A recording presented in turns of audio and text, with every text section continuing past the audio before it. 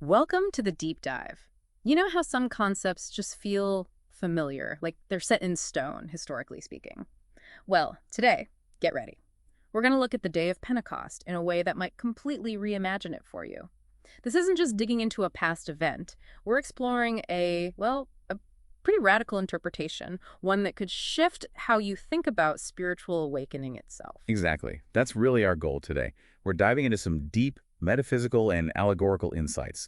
These come from Dr. Roy's upcoming book, The Sacred Rhythm and Dance, a metaphysical book of Acts, and also his work, The Acts of the Ekklesia. Yeah, and what we want to do for you is offer maybe a unique shortcut here, a way to grasp spiritual awakening, that inner revelation, and what these ancient ideas might mean for your own consciousness right now. We're aiming to unpack these, frankly, surprising insights from Dr. Roy, get straight to the heart of it. So let's explore. Okay, so if we start with the traditional understanding, Pentecost, it comes from the Greek Pentecosto, Which means 50th, right? right? 50th.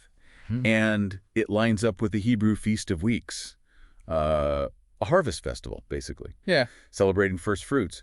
It's generally seen as, the specific historical moment, a singular event. Okay, and that context is important because Dr. Roy's perspective, it takes a sharp turn from that, doesn't it? It really does. He argues that allegorically, metaphysically, Pentecost isn't just history.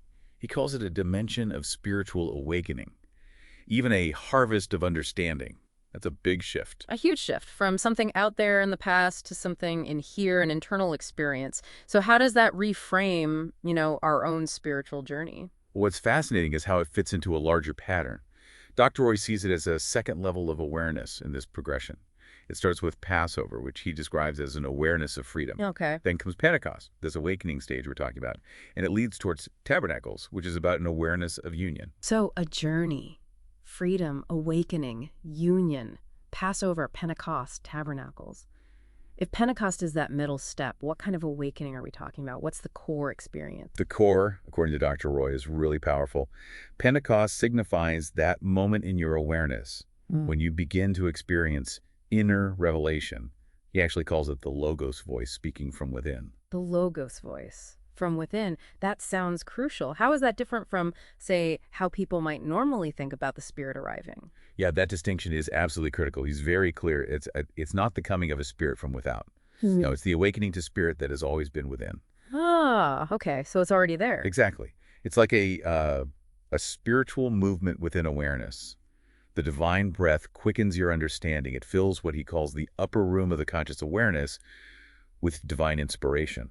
So you're not receiving something new from outside. You're realizing a truth that exists inside you. It completely shifts where you look. That really does change the dynamic. And the symbols used in the story, they must take on new meaning, too.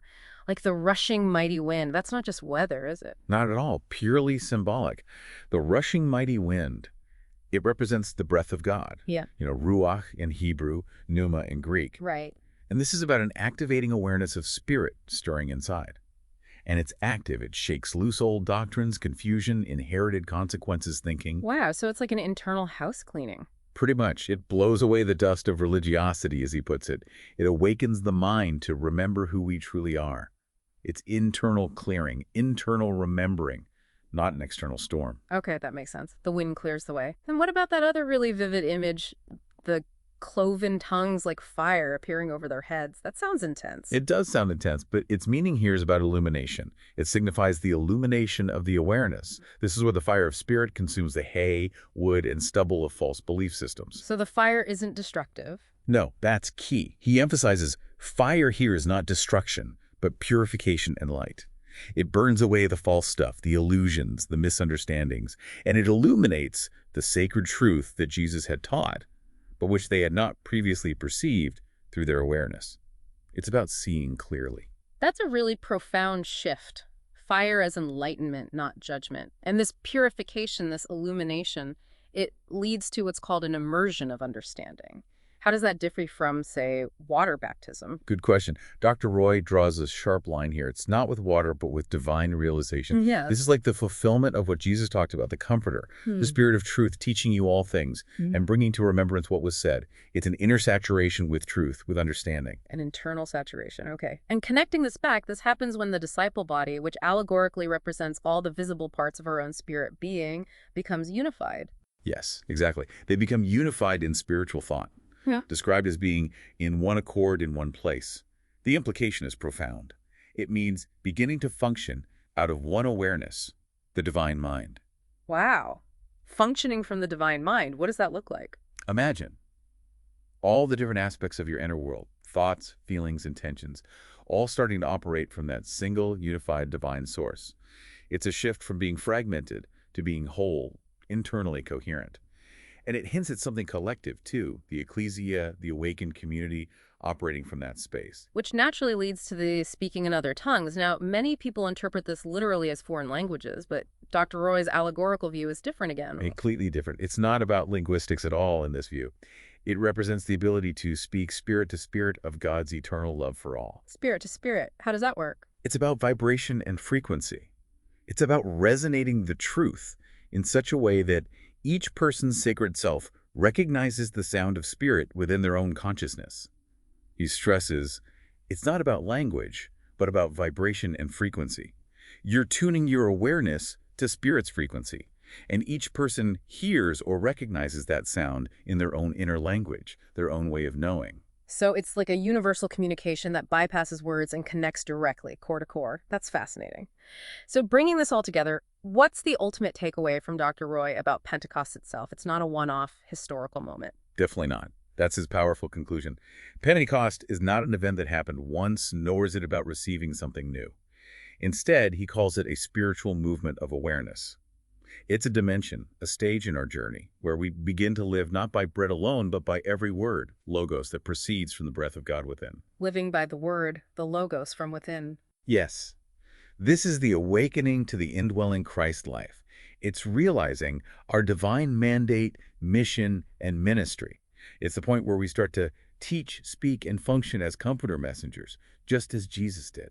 It's an active, ongoing way of being. So fundamentally, Dr. Roy is inviting us to see Pentecost not just as an event, but as an experience, an internal blueprint available to everyone. That's a great way to put it. It's the moment consciousness really wakes up to its spiritual nature. It's the Ekklesia, right? That spiritual movement of divine breath inside us. The Ekklesia of God active within human awareness. It's the logos, that divine word, burning away the old false beliefs inherited over time. And it involves opening that upper chamber, as he calls it, our heart awareness fully to spirit. Which then leads to the release of the voice of spirit through us. And crucially, the awareness of our inherent union with the divine mind. It really ties back beautifully to that three-stage journey you mentioned earlier. Yes, the progression. Passover, the awareness of freedom, then Pentecost, this stage of inspiration, revelation, inner awakening. Which then naturally flows into tabernacles, that state of union, of indwelling expression, becoming a most holy place messenger. It paints a picture of continuous unfolding, a deepening realization happening right within us. So we've walked through this really profound understanding of Pentecost from Dr. Roy, moving way beyond just history into this dynamic inner process. And that leaves us with something to think about, doesn't it? If Pentecost isn't just a one-time event centuries ago, but it's an ongoing spiritual movement of awareness where the divine speaks from within you, how might really recognizing that shift your daily experience, your sense of understanding, your purpose? What does it actually mean for you right now to live by every word, every impulse of that logos proceeding from the breath of God within?